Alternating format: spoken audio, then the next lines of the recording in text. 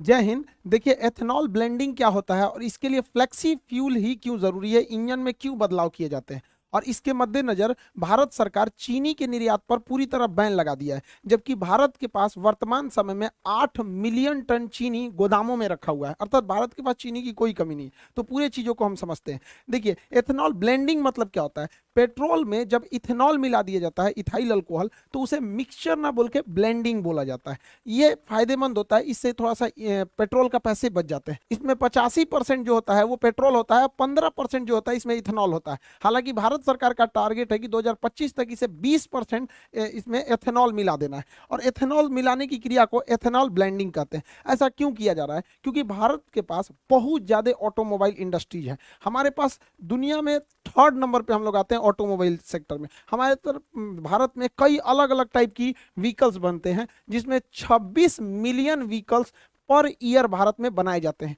इस 26 million vehicle में से लगभग 5 मिलियन व्हीकल्स हर साल 5 मिलियन व्हीकल्स हर साल हम लोग निर्यात कर देते हैं। तो हम लोग के पास जो 26 मिलियन जो बच रहा है यहाँ पे टोटल ओवरऑल, मतलब अगर भारत में देखेंगे तो लगभग 20 मिलियन गाड़ियां हर साल बन रही हैं, और उसमें जो फ्यूल पड़ रहा है वो पेट्रोल से आ रहा है। और पेट्रोल हमारे पास तो होता नहीं, हम लोग 80% पेट्रोल जो है वो बाहर से ही मंगाते हैं। अब जो पेट्रोल बाहर से आ रहा है वो तेल के कुएं या रीक से आ रहा है, ये गल्फ कंट्री के पास है। इन्हें हम लोग कच्चा तेल खरीदते हैं जिसे क्रूड ऑयल कहते हैं, बैरल यानी बैरल में इसे खरीदा जाता है, फिर इसे रिफाइनरी में छानकर पेट्रोल पंप तक पहुंचाया जाता है।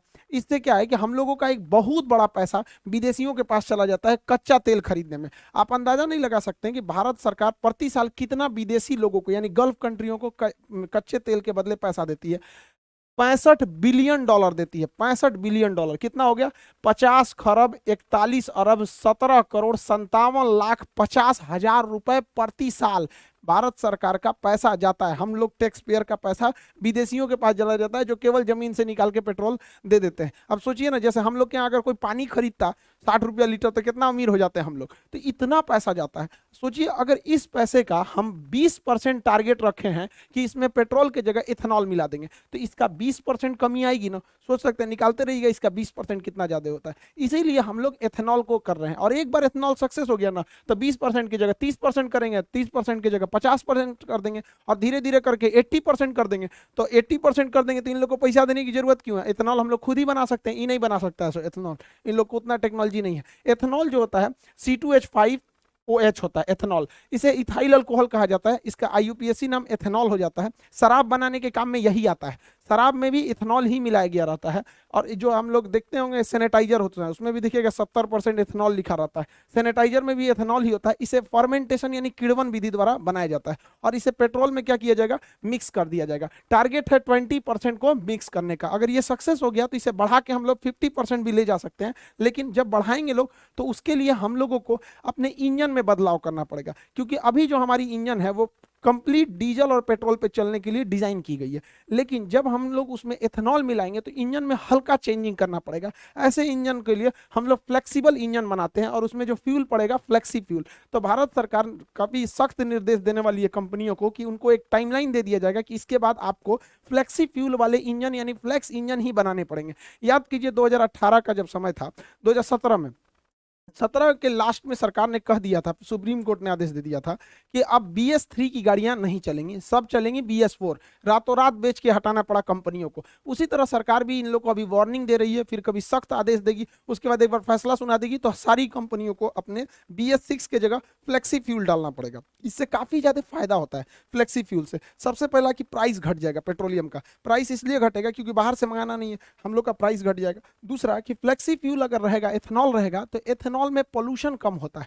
आज जो ग्लोबल वार्मिंग प्रदूषण की समस्याओं को हम लोग लेके झूल रहे हैं, उनके लिए एक काफी अच्छा ये किफायती रास्ता हो जाएगा हम लोग के लिए एथेनॉल ब्लेंडिंग। और इसके लिए हम लोग को एथेनॉल का प्रोडक्शन बहुत बढ़ाना पड़ेगा। प्रति वर्ष 500 करोड़ लीटर एथेनॉल का उत्पादन करना पड़ेगा। सोचिए, 500 करोड़ लीटर। अब इतना एथेनॉल का उत्पादन करेंगे तो रोजगार भी मिलेगा। बाहर अगर अकेले बिहार में 4 से 5 एथेनॉल प्लांट लगा दिए गए, इससे हजारों लोगों को रोजगार मिलेगा। देखिए, रोजगार डायरेक्ट कम दिखता है, इनडायरेक्टली बहुत ज्यादा लोगों को रोजगार दिखता है। तो कहीं पे भी अगर देखिएगा किसी एरिया में, अगर वहां 20 भी फैक्ट्री आ गई ना, 20 फैक्ट्री, तो कम से कम 10,000 लोगों को रोजगार मिल जाएगा। तो आप ये मत देखिए कि 500 करोड़ लीटर प्रति वर्ष, इससे डायरेक्टली और इनडायरेक्टली बहुत लोगों को रोजगार मिलेगा, क्योंकि उसका एक पूरी तरह सप्लाई चेन बन जाएगा। कैसे कि एथेनॉल बनता बनता कैसे है, अनाज को सड़ाकर, यानी जो हम अनाज फेंकते हैं ना उसी को सड़ा के एथेनॉल बना लिया जाता है। तो एक तो वेस्ट बचेगा हम लोग के यहाँ, दूसरा इसे गन्ना से बनाया जा सकता है।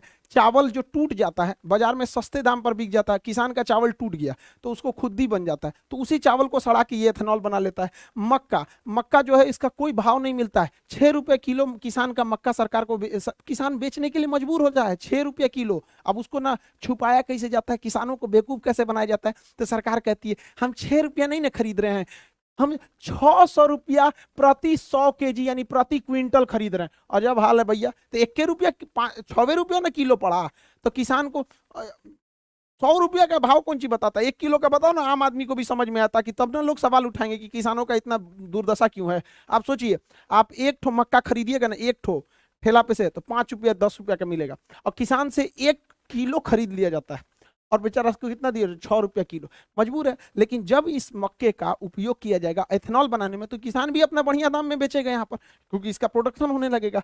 जौ जौ कोई बोलता नहीं है जल्दी हमारे यहाँ, पराली जो जला दिया जाता है, धान की भूसी जो होती है या फिर जो पुआल होता है जला दिया जाता है, तो उसे सड़ा के इथेनॉल बना लिया जाएगा।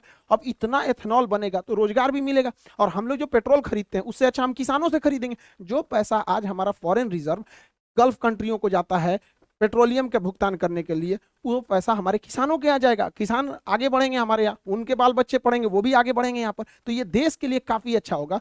इसलिए भारत सरकार को इस पर बहुत ज़्यादा मतलब प्राइम फोकस करके रखा हुआ है भारत सरकार। लेकिन एक बार जरा अपने दिमाग से सोचिए, ये चीज़ तो पूरी दुनिया में सक्सेस है और भारत में भी सक्सेस होगी, तो धीरे धीरे गन्ना शिफ्ट हो जाएगा किधर, एथेनॉल प्लांट में। और जैसे गन्ना ज़्यादा एथेनॉल प्लांट में शिफ्ट होगा, चीनी का प्रोडक्शन घटेगा, उसका प्राइस बढ़ जाएगा। तो भारत सरकार को एथेनॉल और चीनी दोनों को बैलेंस करके रखना है। इसलिए भारत सरकार ने चीनी के निर्यात पर बैन लगा दिया, कहा कि हम चीनी बेचेंगे ही नहीं, क्योंकि फिलहाल जो चीनी है उसी को हम लोग स्टॉक करके रखेंगे, ताकि हम जो आने वाले सीजन में जो गन्ना निकलेगा उसमें ज्यादातर गन्ने को एथेनॉल प्लांट में भेजा जाएगा।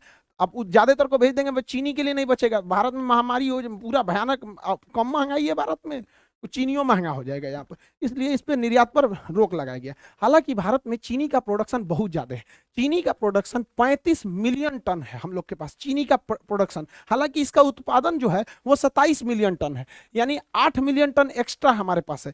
35 मिलियन टन उत्पादन है, 27 मिलियन टन चीनी का उपभोग है। चीनी का डेली रेगुलर बेसिस पे उपभोग होता है हम लोग के यहाँ, चाय में होता है, बिस्किट में होता है, तरह तरह की कैंडी मिठाइयाँ छोटे बच्चों के लिए खाने के लिए आता है, लेमचूस उमचूस, यहाँ पर मिठाई देखिएगा, जलेबी, रसगुल्ला, जितना सब चीज़ में चीनी पड़ता है हमारे यहाँ चीनी। और जो पैकेट वाली सामानें बिकते हैं, कभी मंच तुका दुकाई, किट कैट उट कैट, ये सब छोटका लड़का ज़्यादा जानता होगा, सब हम लोग को कौन सी पता है ये सब, मतलब वो सबको। तो यहाँ पे जो है ना, ये इस सब में चीनी पड़ता है, तो चीनी का हमारे यहाँ डिमांड बहुत ज़्यादा है, 27 मिलियन टन प्रति वर्ष डिमांड है।